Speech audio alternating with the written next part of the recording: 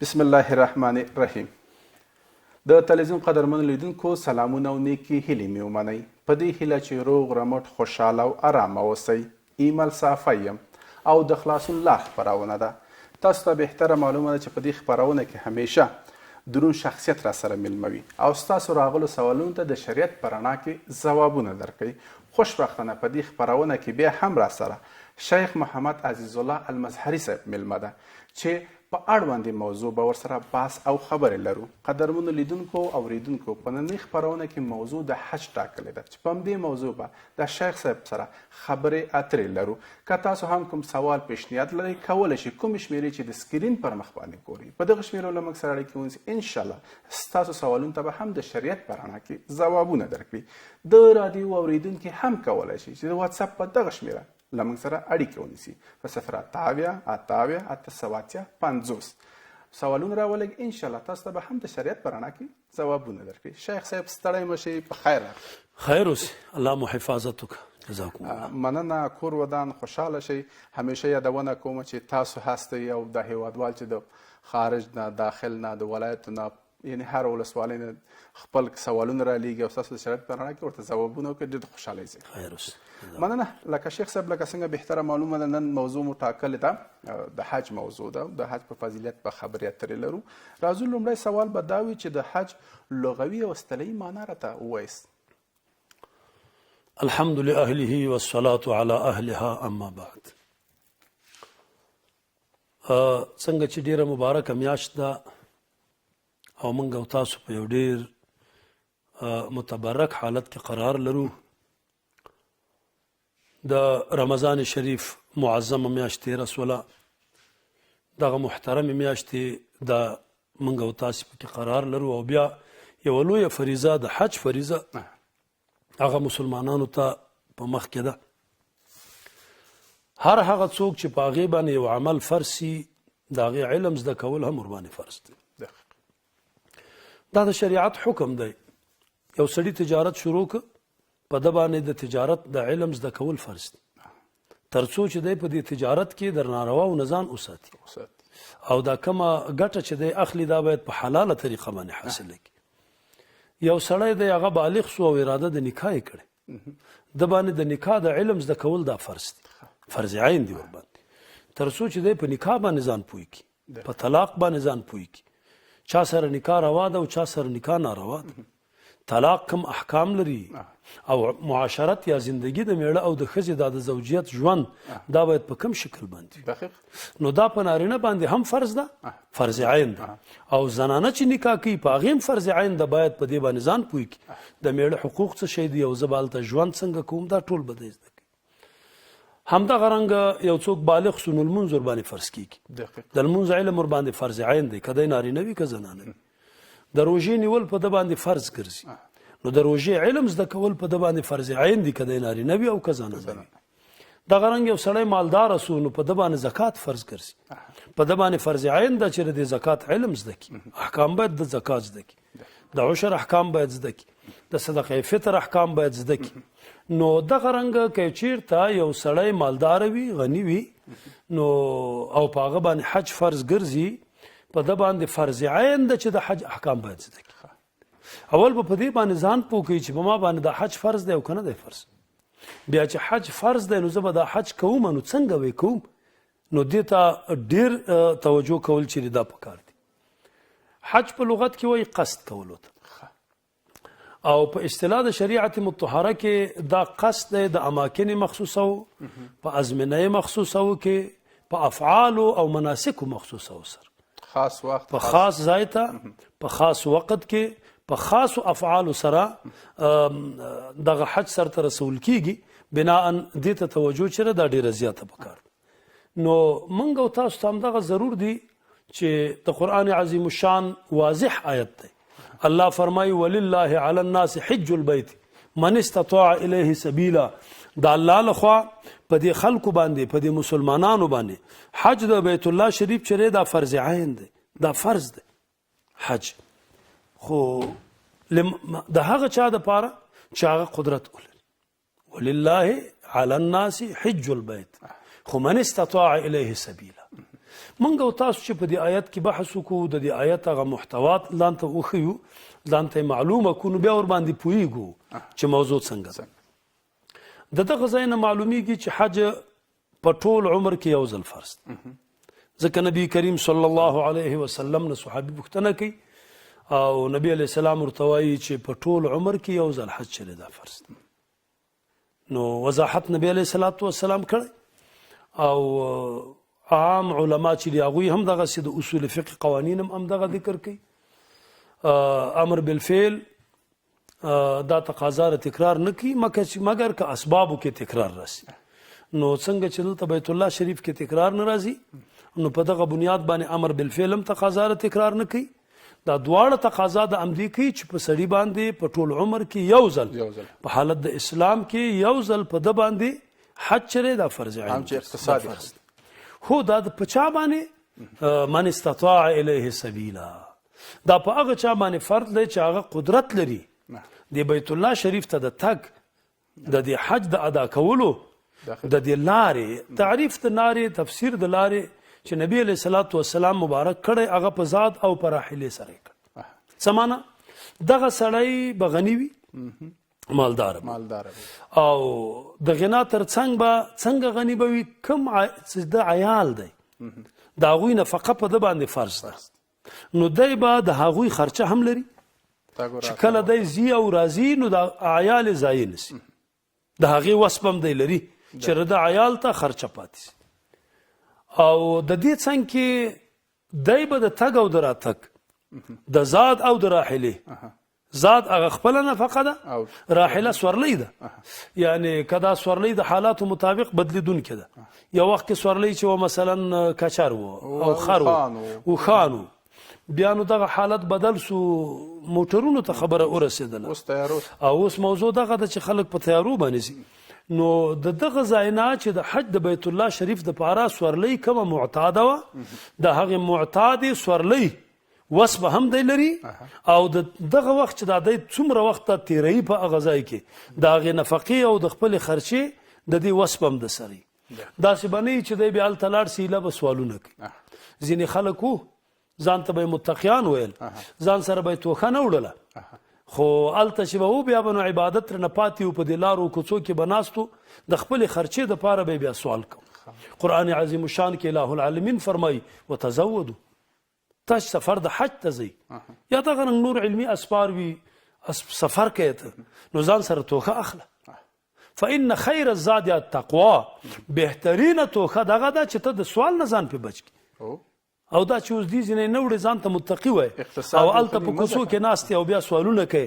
په خلکو باندې په مسافرو باندې بیا بوجې نو دې نه باید سړی ځان وساتي بناء نو د دغه آیت د وضاحت نه او د دې احادیثو د بیان نه موږ او تاسو ته دغه معلومه سوه چې حج په چا باندې فرض دی چې غني وي دا یو په ټول عمر کې یو ځل فرض دی دا یې دوه او دغه سړی به د اهل او د عیال نفقه هم لري او د خپل تګ او د راتګ د کرایې او د سورلی او د خپل نفقې ضرورت به پوره کولی سي دا به دی لري نو بیا په ده باندې حج کول چیرې دا فرض ګرځي اوس که چیرته یو سړی دغسې نه وي شوق دی چې زه باید حج وکړم او دی مسلمان دی بالغ دی عاقل دی قرض یې وکړه خو حج ته لاړ مسله ده او یا دا د یو بل چا ولېږه حج ته یو بل چا پیسې ورته ورکړلې او ویې ویل دلته حج ته لاړ هلته چې ما ته دعا وکړې بل دا غټه خبره ده خو ضرورت پوره سو که په قرض باندې هم ورته ضرورت پوره سو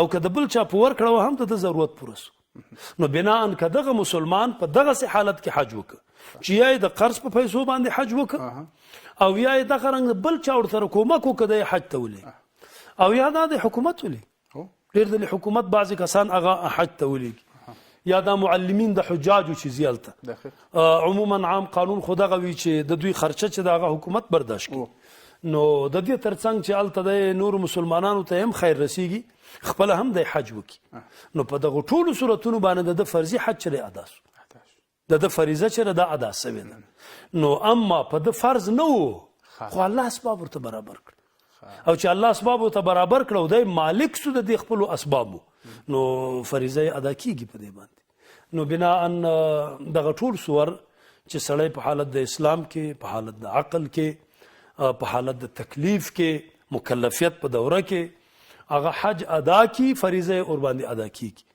نو الٰه العالمین دې کوم ملګرو چې حجونه کړي او کوم ملګري چې حجونه کوي، د چا چې اراده وي، الٰه العالمین د ټولو حاجتونه دی الله ورته پوره کړي او دا حجونه دی الٰه العالمین ورته قبول کړي. دویم موضوع چې موږ او تاسو باید په دې کې خور ته متوجه سو، هغه دا دی چې د حج 3 اقسام دي. هر یو قسم باندې چې یو مسلمان حج وکي، حج ادا سو. لکه کوم که حج افراد وي، که حج قران وي، او که حج تمتع وي. دغه 3 قسمه حجونه دي. په دې 3 قسمو کې چې کم یو قسم باندې د حج وکه، بس ولله علی الناس حج البيت، حج مصداق واقع سو، د فریضه ادا سو. حج افراد دي ته ویل کیږي چې دا سړی یوازې او یوازې د حج نیت وکړي. په دغه سفر حج کې د عمره د نه کړي، عمره نه دا عموما د اهلی خلکو د پاره وي. دا څوک چې مکه مکرمه کې اوسېږي نو دوی د پاره حج افراد. شیخ صاحب راځم استاسو د سوال دوام او نو موضوع دغه ویله چې حج 3 قسمه ده او دا 3 واړو چې په هر یو قسم باندې یو مسلمان حج وکي، دا فریضه ادا کیږي. کم چې اهلی خلک دي، مکی دي، په مکه مکرمه کې اوسېږي، ځایي خلک دي زمونږ او تاسو په اصطلاح، هغوی نو حج افراد کوي، یعنی یوازې او یوازې د حج نیت کوي او حج نه ځان فارغي. موضوع خلاص. کم چې آفاقي خلک دي نو هغوی حج تمتع او یا حج قران کوي. دا پیژندل غواړي چې حج قران څه ته وایي او حج تمتع څه ته وایي. افراد خو دغه دی چې یوازې او یوازې حج دی پکې، عمره په دې کې نسته، د نوم نه هم دغسې معلومیږي. او حج قران د لفظ نه معلومیږي چې دلته 2 عبادتونه یو ځای سوي دي، مقترن دي، پیوسته دي. د دې دواړو عبادتونو په مینس کې احرام چې مات سوی نه دی. دا کوم عبادتونه دي؟ عمره او حج. یعنی دغه سړی دغه حاجی سه پام دی یو سفر کې هم احرام د حج تړلی، هم د عمره تړلی، او د عمره د ادا کولو نه وروسته ځان نه دی حلال کړی په اصطلاح د حج. یعنی احرام نه دی وتلی نه دی او په همغه احرام کې باقي پاتې دی تر څو چې د حج هم خلاص کو او بیا د حج د احرام نه دی اوت.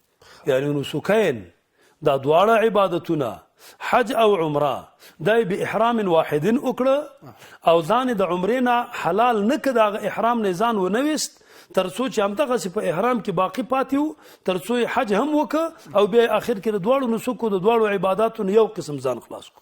دغه ته حج قران وایي. یعنی په یو سفر کې په یو احرام باندې دواړه عبادتونه ادا سي او د دواړو په مینس کې احرام مات نسی. دې ته حج قران وایي. نبی کریم صلی الله علیه وسلم فداه ابي و امي، هغه چې کوم حج کړی په حجۃ الوداع کې هغه حج قران دی.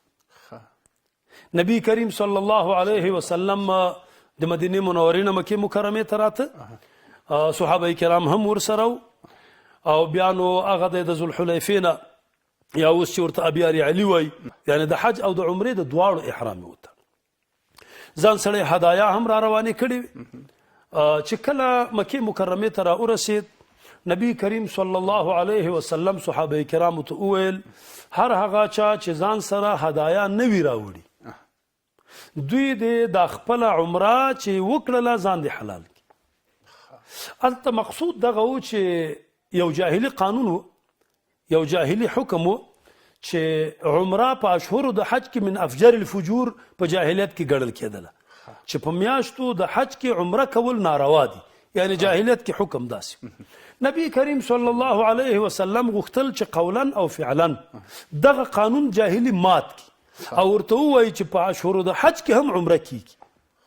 نو بیا کوم صحابه کرامو چې ځان سره هدایا نه وی راوړي، یعنی دا قربانیان ځان سره چې رواني وړي یا اوخان یا بل شي دغه ځان سره نه وی راوړي، هغوی ته ویل چې تاسو د عمرې مناسک چې خلاص کړه بیا به ځان د احرام نه وباسي، یعنی سر به وخورئ، بیرته به ګنډلې جامې واغوندئ او بیا چې کله حج شروع کیږي یوم الترویه په 8 د ذوالحجې باندې بیا به د حج احرام وتړئ. دا کار نبی علیہ السلام د دې لپاره وکړ چې تر څو خلکو ته عملاً وښیي چې په اشهرو د حج کې عمره دا جایز ده، دا من افجر الفجور نه ده. خو نبی علیہ السلام خپل عمره ماته نه کړه، ځکه ځان سره هدایا راوړې وي. هغه چا چې ځان سره هدایا راوړې وي، دا قرباني ځان سره راوړې وه، نو هغوی هم ورته ویل تاسو یې مه ماتوئ. یوازې هغه چا چې ځان سره هدایا نه وي راوړي نو هغوی دغه عمره یوازې مستقله کړه او بیا احرام د حج. حضرت علی کرم الله وجود یمن نه راغی، ځان سره هدایا راوړې وې. نبی کریم صلی الله علیه وسلم ته راغی. نبی اسلام ورته تا څنګه احرام تړلی و؟ ما ورته داسې احرام تړلی و څنګه چې د نبی علیه السلام یم هغسې زما هم. نو وایي هدایا دې راوړي تم ځان مه حلاله. اگر که حضرت فاطمه الزهرا رضی الله تبارک وتعالی عنها خپله خیمه ګلورینه کړې وه، ویل چې حضرت علی کرم الله وجهه راغی او دی به هم د عامو خلکو په شان د عمرې نه پس ځان د احرام نه وباسي، خو هغسې بیا ونه شو. نو ما هو المقصود دا دی چې حج قران دغه ته وایي چې په یو احرام باندې عمره او حج دواړو احرام وسي او د عمرې نه وروستو بیا دغه احرام نه سړی ونه وځي تر څو چې حج هم وسي او بیا په آخر کې وځي. دې ته حج قران وایي. دا چې نبی کریم صلی الله علیه وسلم حج قران ادا کړی، نبی علیه السلام مبارک فرمای اجرکم علی قدر نسبکم. کوم عبادت کې چې تاسو ته تکلیف ډېر نو ثواب هم پکې زیات. نو قران کې وخت د احرام زیات وي، مینس کې ځان هم نه حلالوي، دا په اصطلاح د حج یعنی احرام نه ځان وباسم نه. هماغسې دا اوسنۍ اصطلاح کې چې احرام ورته وایي یو څادر دې لنګ کړی وي، یو څادر دې ځان نه تاو کړی، په همدغه کې د شپې او د ورځې یې ګنډلې جامې نه اغوندې، پګۍ نه په سر کوې، خولۍ نه په سر کوې، که نه خوشبویي نه وهې، عطر نه وهې، د همدغه حالت نو تکلیف زیات دی. نو څومره تکلیف پکې زیات دی اجر هم زیات. او ورپسې بیا حج تمتع دی. تمتع د دې لفظ نه معلومیږي ګټه اخیستل، فایده اخیستل. څه معنا؟ په یو سفر کې هم عمره سته هم حج ته، په دغه فرق دی د حج افراد نه. او تمتع ده پکې، عمرې نه پس دا سړی ځان حلالوي، یعنی د احرام نه ځان وباسي، سر خري، نو دی نفع اخلي، کالي اغوستلی سي، ښځې سره یو ځای کېدلی سي. کوم چې محظورات الاحرام دي چې خوشبویي به نه لګوي، ښځې سره به نه یو ځای کېږي، ګنډلې جامې به نه اغوندې، دغه ټول محظورات ترې نه لرې کېږي. بیا تر څو چې بیا د دوباره د یو متروي اتم د ذوالحجې باندې بیا د نیت تړي د بل حج، د حج نیت تړي، نو دغه ته وایي حج تمتع.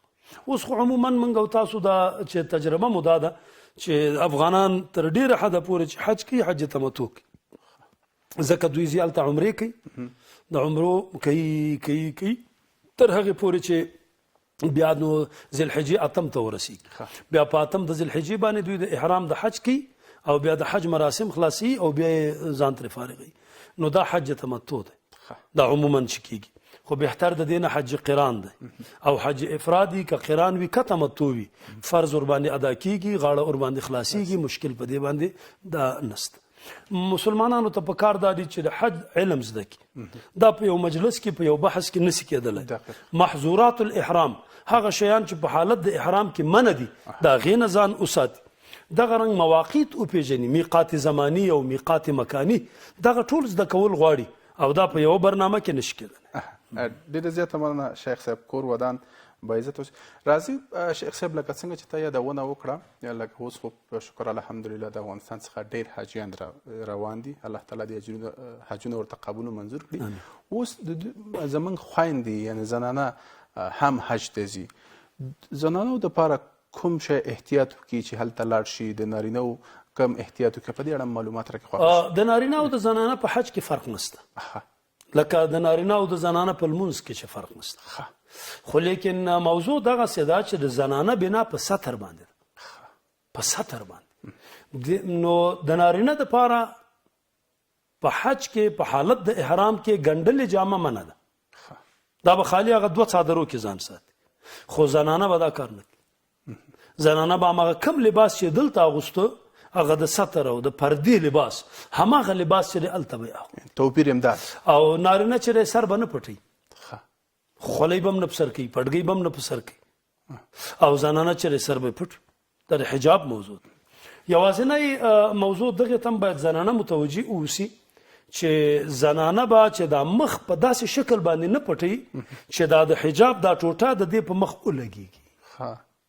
نو هلته بیا داسې شیان شته، دغه سر باندې ورته تړل کېږي، تاج ورته دوی وایي. دغه پرده چې ده داسې اچول کېږي، مخ پټېږي د اجانبونه، بل څوک د دې مخ نه ګوري، خو اما دا ټوټه د دې په مخ باندې نه لګي. نو دغه ته ډېر احتیاط وکړي، ځکه بعضې زنانه یا لوڅ مخ ګرځي، نو محقق دا ده، راجح قول دا دی چې د ښځې مخ هم عورت ځکه دا خو مجموعه د محاسنو ده. د مخ نه سړی د نورو ځایونو قیاسونه کوي، نو ښه دا ده چې ښځه خپل مخ چې دی دا پټ وساتي، خو داسې به هم نه ساتي لکه دلته چې په عامو حالاتو کې ساتي هغه پرده دی په مخ باندې لګېدلي وي. هلته به داسې نه کوي، داسې یو شی هلته پیدا کېږي نو چې د هغې په واسطه باندې دا پرده داسې راواچي نو مخ یې د اجانبو نه د پردیو خلکو نه پټ وي، دا لاره هم لیدلی سي، ګرځېدلی هم سي. یا به داسې موږ لنډ الفاظو باندې ووایو دا زموږ او د ستاسو چادري چې مروجه ده نو دا به نه اغوندي، ځکه د دې دا مخ چې دی دا خو په دې مخ باندې راځي، دا د مخ طرف ټوټه چې ده دا چې په سر کې راکش کې په دې مخ لګېږي، دې سره بیا دا نسي کولی چې مخ دې بچ کړي، بلکې دا د یو ټیکری د سر نه تاو کړي او دا مخ دپاره د یو بېله پرده واچي تر څو چې د اجانبو نه بچي. نو د احنافو په نسبت باندې خو راجح قول هم دغه دی. اما بعضې داسې مذاهب شته چې هغوی مخ د ښځې ته بیخي عورت نه وایي، نو هغه خو بیا یو جدا موضوع ده، یو مذهبي اختلاف دی.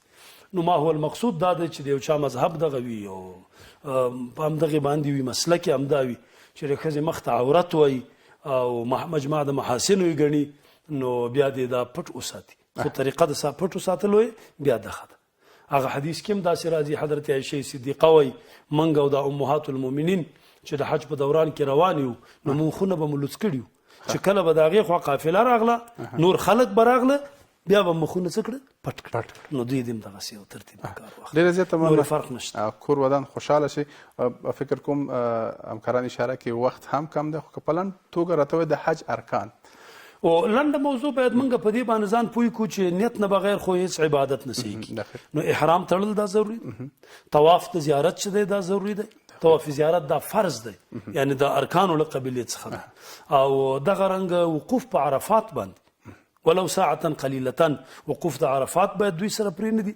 نو که په دغو دریو شیانو کې کم شی پات سو دا حج بیا کېږي نه، او د دې نه علاوه که نور شیان پات سو چا نرم یې د جمراتو پات سو شیطانانو ویشتل یا نور کارونه نو بیا هلته جبیره لري په دې معنا چې دم به ادا کړي یعنی او پسه به حلال کړي او بیا به خامخا دی د هغه جریمې نه خلاص شي، خو دا یو څه تفصیل غواړي او مستقله برنامه ورته پکار.